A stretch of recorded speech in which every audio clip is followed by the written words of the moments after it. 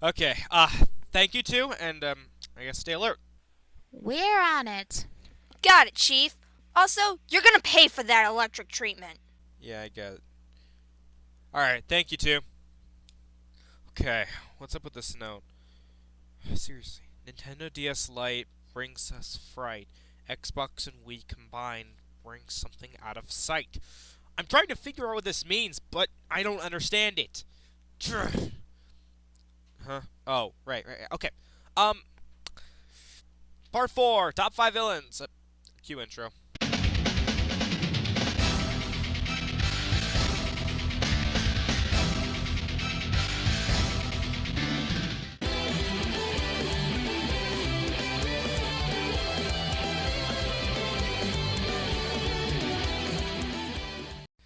Villains are the masterminds of the whole game that make the main character's motivation to defeat them. Stupid speech, whatever. Some are awesome, while others are yummy. So today I count down my top 5 favorite video game villains. I will be discussing what they do and why I like them, as well as other reasons. Couple of rules before we begin. One per franchise, and this villain must be from a game only, so no anime-based games, which is a nice way of saying no Orochimaru on this list. So, let's concoct our plan at number 5.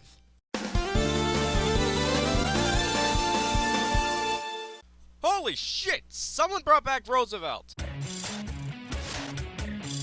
Yes guys, this egghead is on this list. Being the main villain of the Sonic series, defeating Sonic is obviously one of his goals. But rather than reading from his autobiography, let's get to the main points. Like most franchise villains, Eggman keeps coming back for more after being defeated by the Blue Blur multiple times. And hell, he's even tried working with forces that are more powerful than him. And most of the time, he gets betrayed by them in the end. Don't you think he would have learned his lesson after Perfect Chaos? But whether he's with others or by himself, Eggman always makes powerful bosses to combat Sonic with. Like the Egg Dragoon, Egg Hawk, and the Egg Emperor. Damn it, Eugene! But even when he's not piloting the machines, Eggman has also made some very powerful robots, like the E-Series and Metal Sonic as examples, proving that his IQ of 300 is actually good for something. Now, some have complained about his turn from big villain to comedic villain, but for me I find it to be a good change. Why?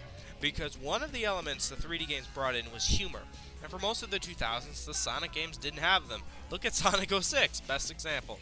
So it was good to have someone be it. And it's even better that it's Eggman, because it reminds me a lot of his appearance in Adventures of Sonic the Hedgehog, which was one of my favorite cartoons when I was younger. Why didn't I put it on my favorite cartoons list? Time constraints, and that I was unable to see it again. However, Eggman has also made some shit ideas, like pretty much all the bosses from the Genesis era. Oh snap, I said it! As well as him doing so many other goals that he's not very successful. And Eggman continuing to work with stronger entities, despite him knowing what it will do. But even with these issues, I still like this egghead. He may be insane, and comedy relief in the newer games, but this is egg that I don't want to crack.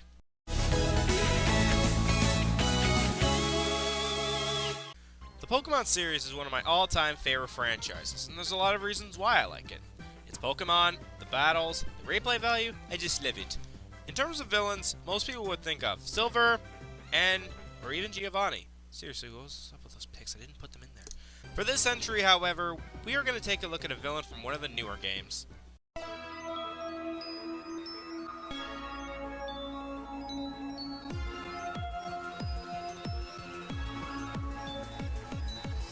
Colress is friggin' sweet! Being a leader of Neo Team Plasma for a while, you'd probably think that he's just some generic Getsus wannabe. Well, shit, I can't see. Give me a second to clean my glasses. I disagree. Instead of wanting the world in his palms, Colress wants to draw out the true strength of Pokemon. That's why I like Colress. He doesn't want to take over the world or anything, he just wants to do the things he does because he wants to draw out the Pokemon's true strength.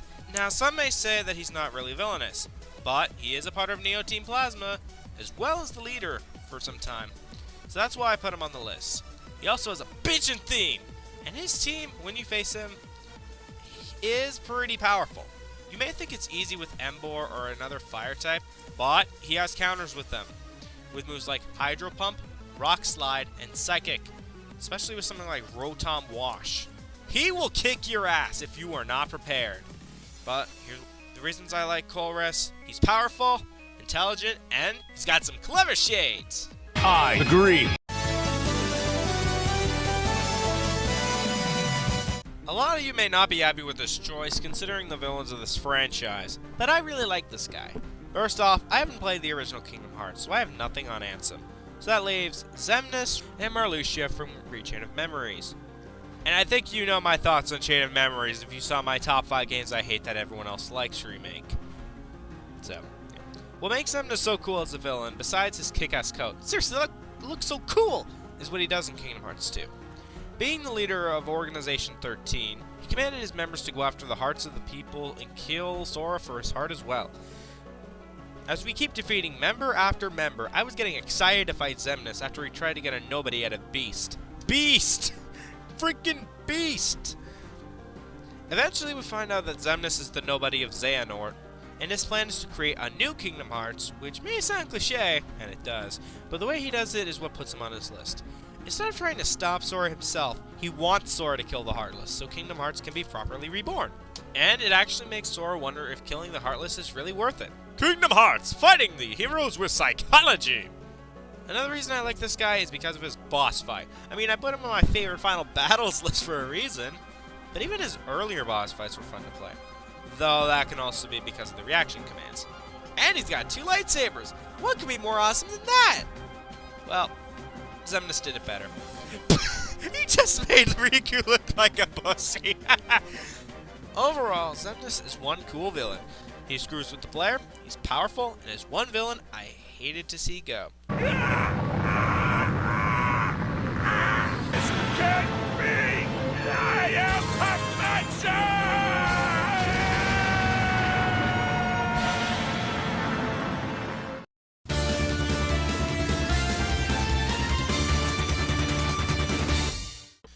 Malefor from the Legend of Spyro trilogy has gotta be my favorite villain from the Spyro franchise. Without trying to spoil the events of the trilogy, I will explain what makes Malefor awesome. In his past, he was the goddamn Avatar, controlling almost every element in the Dragon world, as shown during the final battle in Dawn of the Dragon. And being a fan of Avatar The Last Airbender, this I find is a plus. Seriously, this guy is so powerful, it took all of the Dragon Elders to fully defeat him, even after falling into the Earth's core. And unlike other villains in this franchise, Malefor technically won against Spyro and Cinder, since the Earth was about to be destroyed in the final phase. Malefor is also really good with psychology, as throughout the trilogy, even when he was imprisoned, Malefor managed to get Spyro and Cinder to free him.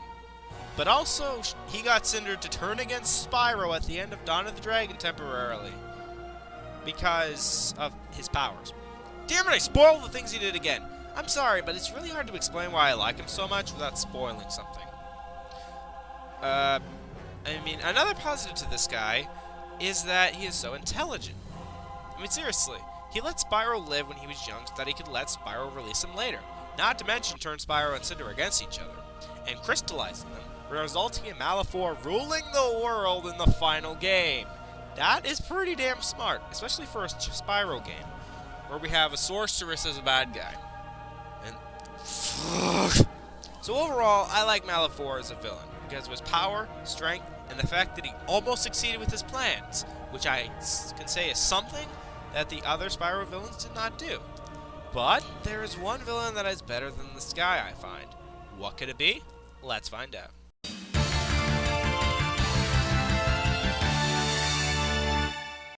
A creature that has no soul.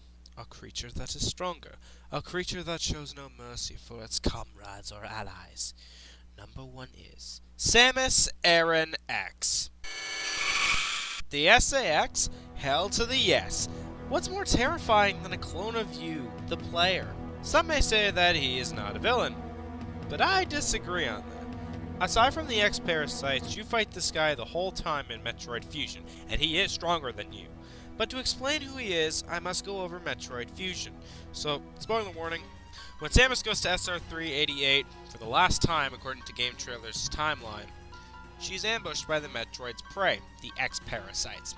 After becoming infected and crashing into an asteroid, Twisted Metal style, she is cured of her sickness thanks to the Metroid vaccine and gets a new suit. But as she goes to the first area in the space station to look for somebody, horror movies be damned! But the SAX has all the weapons you had in Super Metroid for the most part, including the Ice Beam, and you might think that you can kill it easily. Well, stay cool, bird boy. Because of the vaccine, you have the Metroid's weakness to cold. Well, shit! So what does that mean? You have to hide from this thing. I know Malifor did more as a villain than the SAX, but with Malifor, I knew I could defeat him because not only was I increasing my power as the game progressed, but I had the power to do it. But with the SAX, I lost a ton of lives when encountering the Sky Infusion, most of it from running away. Unlike Malifor, he is your worst fear. An enemy you can't beat, an enemy you can't evade, an enemy that is you. This is what makes this list for him. I feared the SAX in this game, and even after getting the ice missiles, it doesn't even flinch. Damn it! No way to kill this thing, until you get the diffusion missiles near the end, but more on that later. After a section of the colony is destroyed, Samus's assistant, which I will not spoil, tells her that there are at least 10 SAX on the ship, meaning it can asexually reproduce. This scared me because no matter how many times you try to kill it, it will keep on coming back, only growing more and more and more. It's a never-ending cycle, and that's why I like it. The SAX is a villain that not only hampers your game character, but the SAX makes me fear him outside of the game as well. That is really sweet, because unlike the other villains, the SAX scares me in and out of game, making him a good villain. It plays on your emotions and psychological side throughout Fusion, and no matter what you do, he won't die. It's a perfect match of equals for this franchise, especially since the SAX is you, the player. And what's more terrifying, a dark dragon from the past that is powerful, or yourself? After all, the biggest enemy in your life is yourself. Your knowledge, your emotion, your physical and mental traits. They can be your biggest help or your biggest weakness. As for his final battle, he is very hard if you don't know what to do.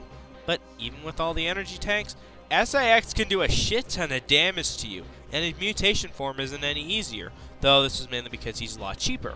I mean, hell, he retreats before you can grab the power-up. Granted, that's cheap, but it's still kind of unique, because most of the other bosses let you get the power-up after beating them, meaning this thing still lives, even after killing the Core X. Damn. Overall, the SAX is a great villain, both in strength and just being an overall scary character. It plays with Samus and the player's mind to a really great effect, putting it at number 1 on this list. I'm the Manny Chief, and Metroid Fusion is my favorite Metroid game of all time. Thank you for watching.